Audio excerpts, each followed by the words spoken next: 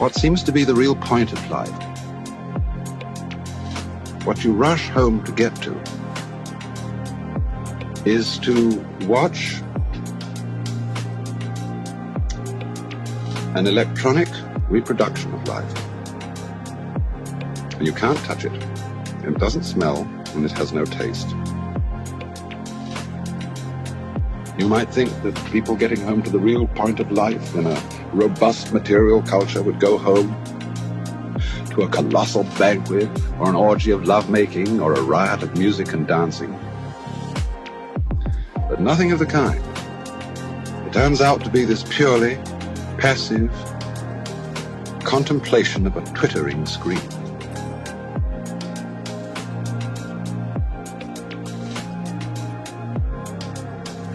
Which is a very common assumption among the peoples of Europe and Asia. The Americans, and especially that aspect of American civilization that we call the Anglo-Saxon subculture, is constantly accused of being interested in absolutely nothing but material values. But it seems to me, on the other hand, that if you can make any really broad generalization about something so complicated as the civilization of the United States,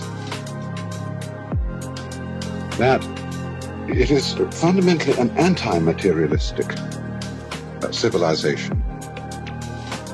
Not perhaps so much by intent as in the general effect of its action. It seems dedicated, almost I might say, to the annihilation and destruction of the material world and to its conversion into a junk heap of unimaginable dimensions. I travel around the country a great deal, and more one sees a thing that is called the growth of our expanding communities. An extension of something over the landscape that sometimes is almost indistinguishable from a rubbish heap. One goes down the main streets of all kinds of small towns, and it seems to be, if you look at it as you pass by in a car or in a train, you just see a mass of all kinds of higgledy-piggledy pieces of cardboard and paper, decked up with neon lights and wire and automotive junkyards and all sorts of parking lots and dumps of every conceivable type. Yes, there are some nice residential areas out on the corner, but by and large, we seem to be converting the world into a dump heap. And I've called it the progressive Los Angelization of everywhere from Honolulu to Nantucket.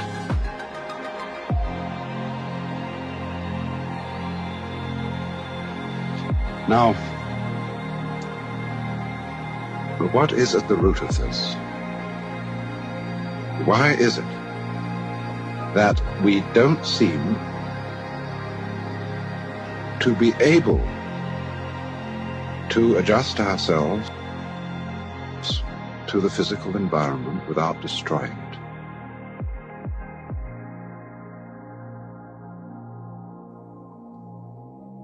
Why is it that, in a way, this culture represents in a unique fashion the law of diminishing returns? That our success is a failure.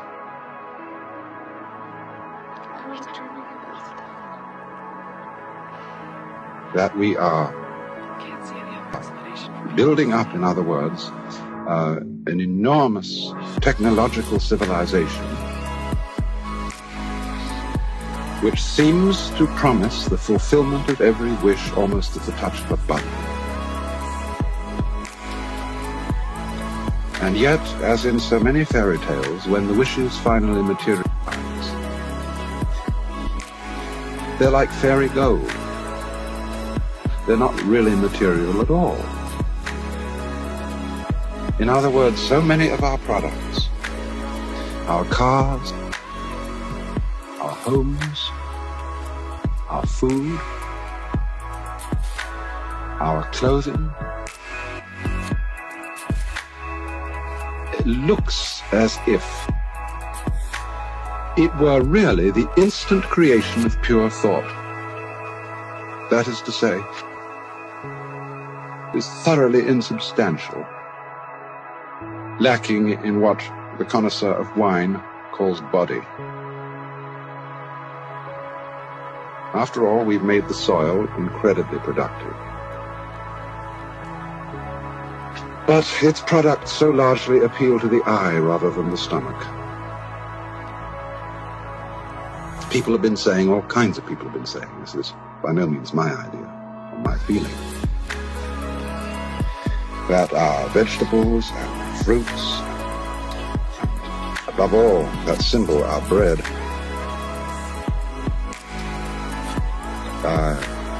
is just a kind of visually attractive pith or foam rubber. And although it has all kinds of vitamins introduced into it, but what I think many of us want of our nutriments is not so much medicine as food.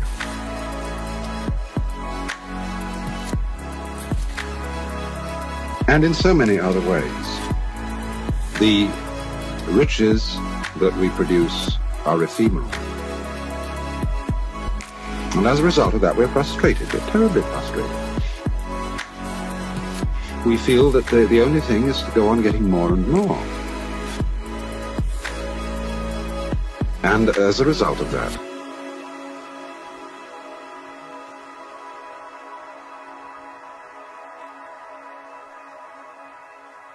the whole landscape begins to look like the nursery of a spoiled child who's got too many toys and is bored with them and throws them away as fast as he gets them, plays them for a few minutes.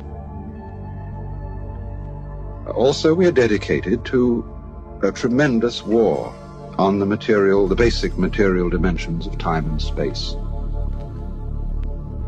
We want to obliterate their limitations. We want to get everything done as fast as possible. We want to convert the rhythms and the skills of work into cash, which indeed you can buy something with, but you can't eat it. And then rush home to get away from work and begin the real business of life, to enjoy ourselves. And you know, for the vast majority of American families, what seems to be the real point of life, what you rush home to get to,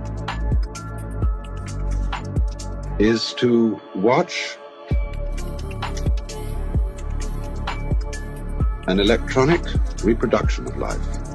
And you can't touch it. It doesn't smell, and it has no taste.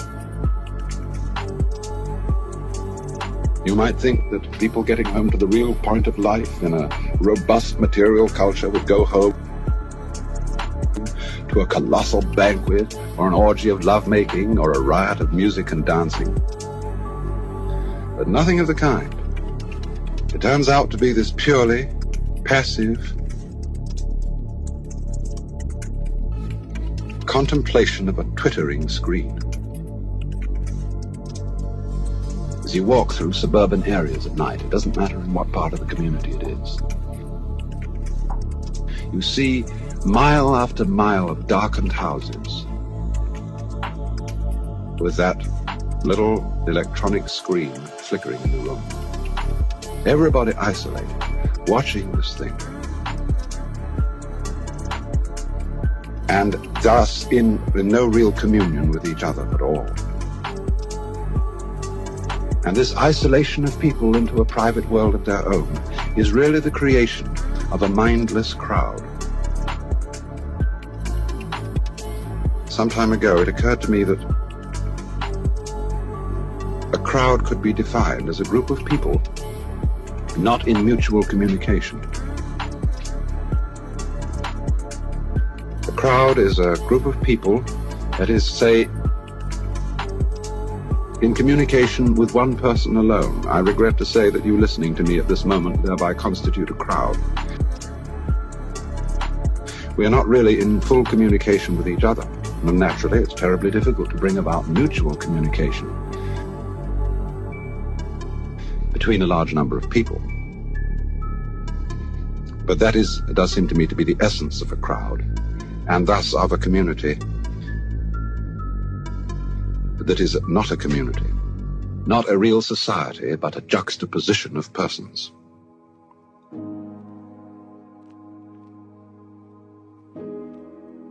Now, one other thing that one notices about this anti-materialism is its lack of joy, or I'd prefer to call it its lack of gaiety. A little while ago, I was reading a book called Motivation and Personality by A.H. Maslow, who's professor of psychology at Brandeis. And he had amassed together a very amusing set of quotations from about 13 representative and authoritative American psychologists. And they were all saying words to the effect that the main drive behind all forms of animate activity was the survival of the species. In other words, all the manifestations of life are regarded by these men as intensely purposive, and the purpose and the value for which they strive is the value of survival. And Maslow commented on this, that American psychology, as a result of its contact with the culture,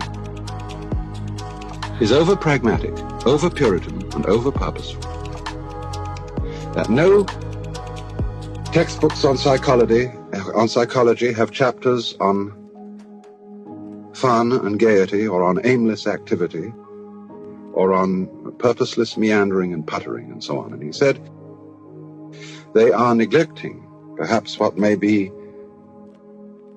one whole and even the most important half of life.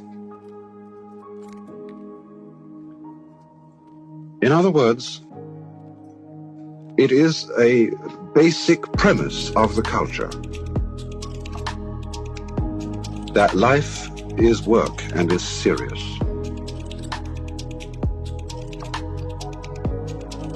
And herein lies its lack of joy. Life is real, life is earnest. What do we mean when we say life is serious? What do we mean when we differentiate work from play? Well, work, it seems to me, is what we must do in order to go on living, in order to survive. And play is pretty much everything else. But now you'll notice that in this culture, play is justified and tolerated insofar as it tends to make our work more efficient. We have the saying, all work and no play makes Jack a dull boy. But that really means dull at work. Play is recreation, something you do to get refreshed, to go back and face the great problems of life. Now, this is all very well, but that's saying even to play, that play is necessary. You must play. I remember in England, We used to have the institution of compulsory games in school, as a result of which I developed an intense loathing for most of the games that we played, like cricket and football and so on. They were forcing me to play. And so in the same way, the thought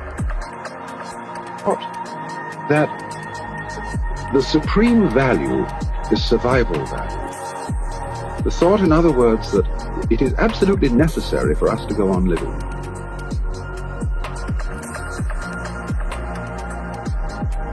Is a basis for life which takes the joy out of life and is really contrary to life. And I feel that the biological process that we call life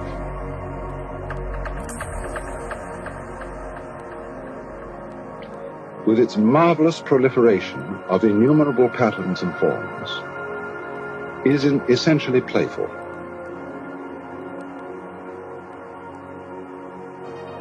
By that I mean that it doesn't have a serious purpose beyond itself. It's an art form like music and like dancing.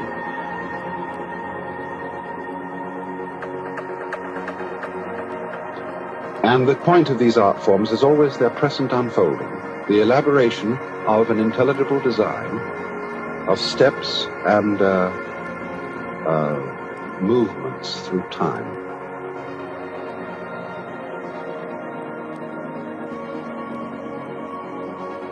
That is not to say that their goal is the present. When you think of the present simply as a hairline on a watch, the immediate instant, the present that's only an abstract present.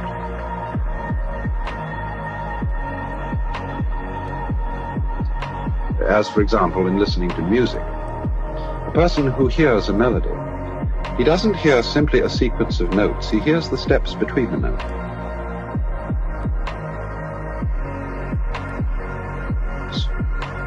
A tone-deaf person hears only the notes. What a person able to hear music hears is therefore steps in a certain order. And this is what this diffused present is, what I would call the real or physical present.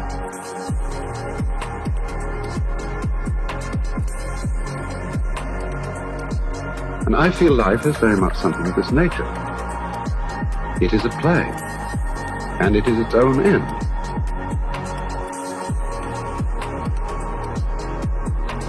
But now if you say to a form of play, you must happen, you've got to go on, you immediately turn it into work.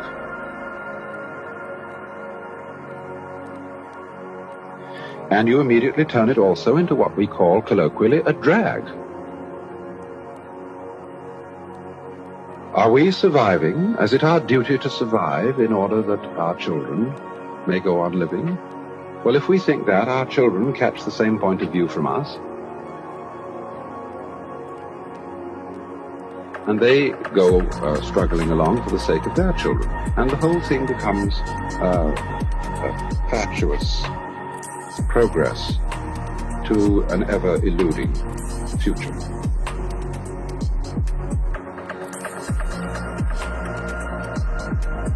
And it is because, I think fundamentally, that we have this compulsive view of the necessity of existence that our culture is distinctly lacking in gaiety. Now, it seems to me that this attitude rests on two further premises. The first is the idea of God that we inherit from the European Protestant and to some extent Catholic and Judaic background.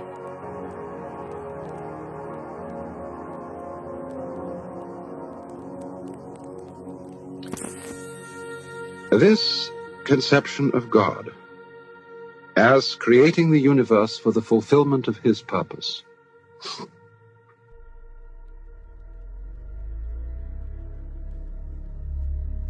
is a conception of God quite strangely lacking in either humor or joy. Despite some hints to the contrary in the Bible. But they they haven't made very much impression. There was a passage in the book of Proverbs where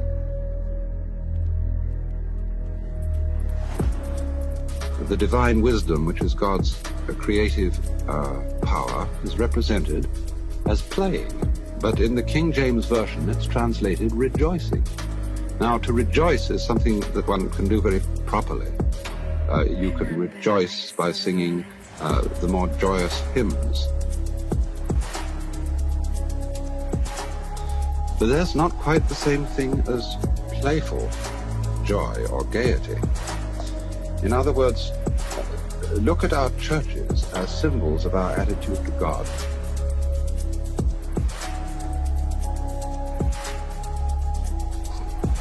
Must we not admit the fact that the vast majority, especially of small-town Protestant churches in the United States, are absolute triumphs of architectural gloom?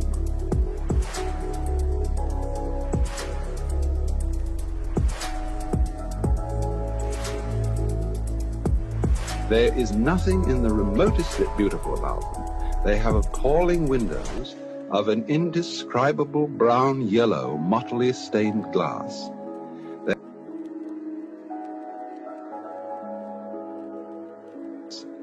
They have varnished wooden pews and pulpits and altars, and hangings of plush, and usually a dark red or a dismal and unspeakable green.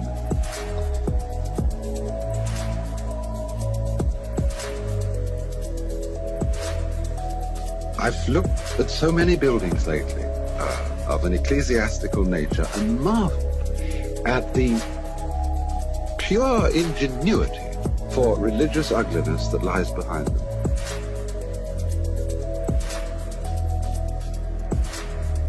And this, you see, reflects the idea of God as a very solemn, serious Father of the universe, who has created the world for some purpose to which our attitude is supposed to be sort of as stiff as Marines saluting the flag. Something that more or less resembles an everlasting church service. And in view of the kind of churches we have for the most part, of course there are exceptions, but in view of the kind of churches we have, this is an exceedingly gloomy prospect for the spending of eternity.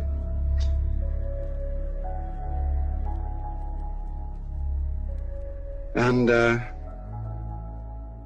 but unfortunately, this is the idea of God that is in the back of our minds.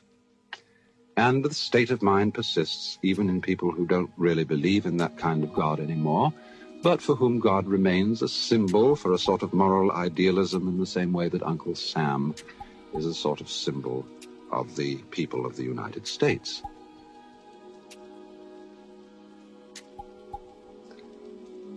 Now, that's, I think, one root of the attitude. The other root of the attitude is our conception of man.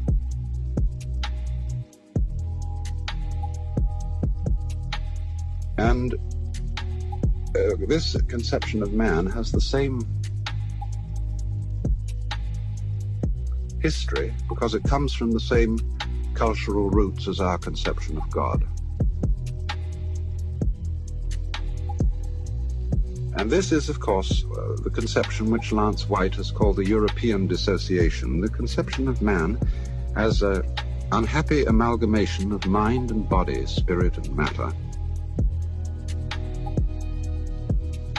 ego and not ego, subject knower and object known.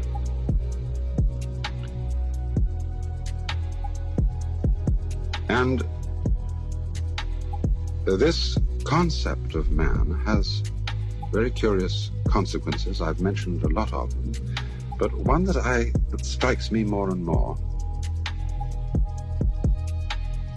is that it's a non-participative conception of man. By that I mean, it causes us to feel ourselves as observers of life, whether that life is inside our own bodies or whether it's outside in the external world, we're observers. We are the subjects, and all that is the object. And that is to say, it confronts us. It stands over against us. And we're looking at it. And in a way, this is symbolized in our whole way of life, insofar as its end and object seems to be to confront the television screen, which is non-participative contemplation of something which has been impoverished in its material and physical reality,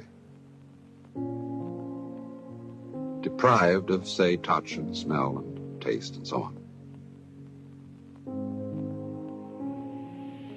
And so, because we have great expectations out of this contemplation, whether it be of television or of mundane existence, but we're not with it. You see, we don't believe we are our bodies. We say, I have a body. We say, I have instincts. We never say, I am a body or I am instinct. And the bodies that we allow ourselves to have are a little bit pseudo. I mean, they are elegant surfaces.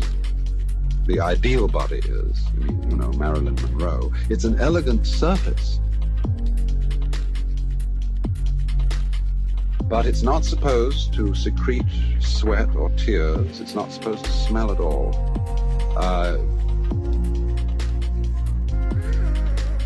Its insides are rather improper, and one is expected to give it attention in a sort of aloof way, but spend one's life on the whole being as unconscious of one's body as possible.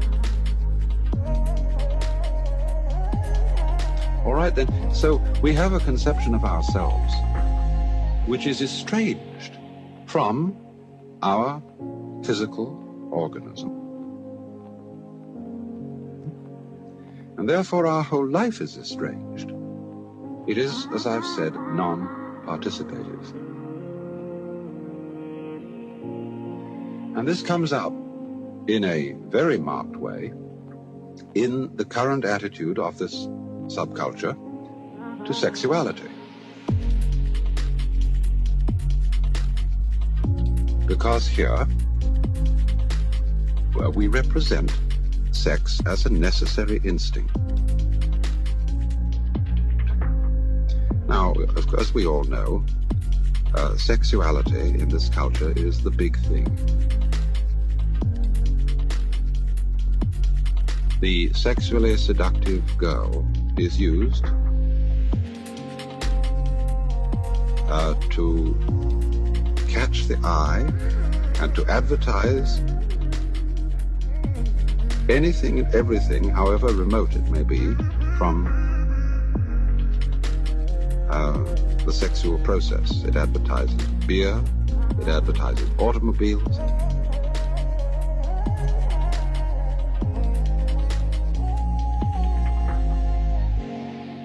It advertises undertakers, bakeries, anything, because it will catch the eye.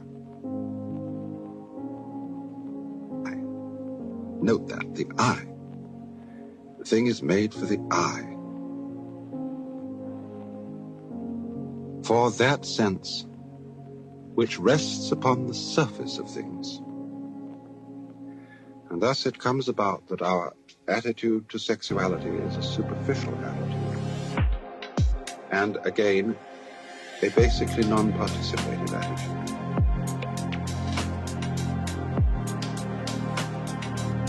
As I said, it's an attitude that's changed a bit in recent years. We can talk about sex matters very freely. We don't have the prudery of some of our ancestors. But just the same, although we can, it's all good, clean fun, and although we can talk about it in terms of psychoanalysis, We can admit that, yes, the sexual drive is a very necessary thing, and some outlet has to be provided for it. We're not with it. It's become a duty. Look, for example, at the Kinsey Report. This, in a way, was a very remarkable job, but it's a catalogue of sexual outlets, as if just the orgasm were the thing. As if, in a way, we had to have this outlet in order to reduce tension, in other words, to get rid of the urge. But note that in speaking of an instinct like sex or hunger as an urge, that we've set it away from ourselves. We've represented it, you see, as an instinct of the body which drives the mind. And the mind is therefore moved to it.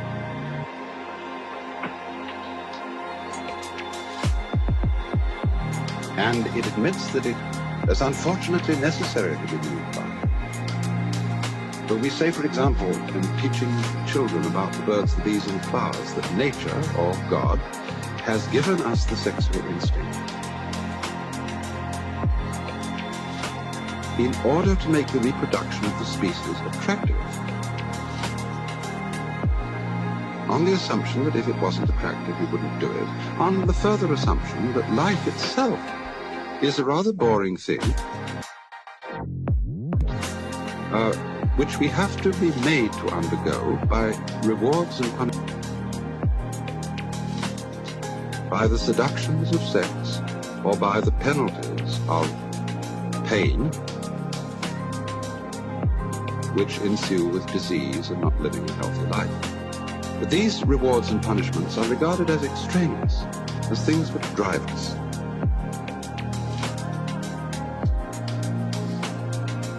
And therefore, to the extent that we feel that that the sexual urge, or the urge to eat, or any other so-called instinct, insofar as we feel that is an alien and animal thing that exercises a compelling power over us, and here the us is the cut-off, dissociated little ego inside the body that is driven around by all this, then naturally our fulfillment of these instincts is fundamentally lacking in zest. We say sex is necessary, on the assumption, I suppose, that if it weren't, it oughtn't to happen. And that goes back, you see, to our psychology about play. Play is only justifiable to the degree that it's necessary, and play is only necessary to the degree that it furthers work. All right, the same attitude with regard to sexuality.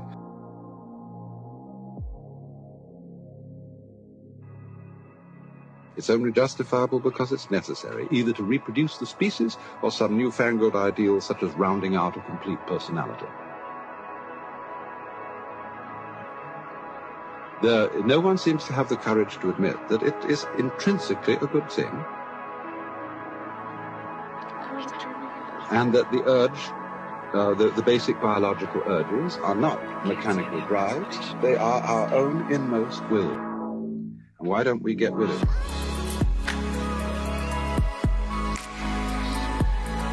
If we got with ourselves and really admitted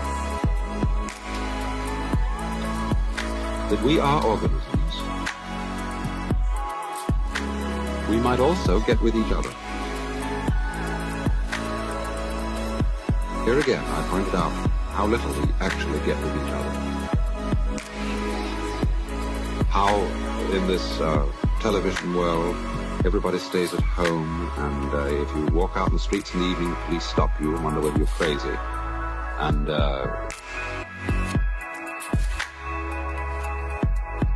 especially if you're not going anywhere, if you're just going for a walk, that's deeply suspicious. I mean, a person has to have a purpose, you see. He must be going somewhere. And so, we don't get with each other, except for public expressions of getting rid of our hostility, like football, or prize fighting. And even in the spectacles one sees on this television, it's perfectly proper to exhibit people slugging and slaying each other, but oh dear no, not people loving each other, except in a rather strange way. One can only draw the conclusion that the assumption underlying this is that expressions of physical love are far more dangerous than expressions of physical hate.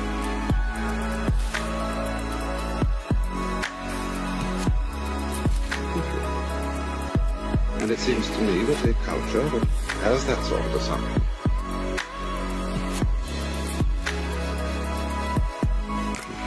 is basically crazy and devoted, unintentionally indeed, but nevertheless in fact devoted, not to survival, but to the actual destruction of life.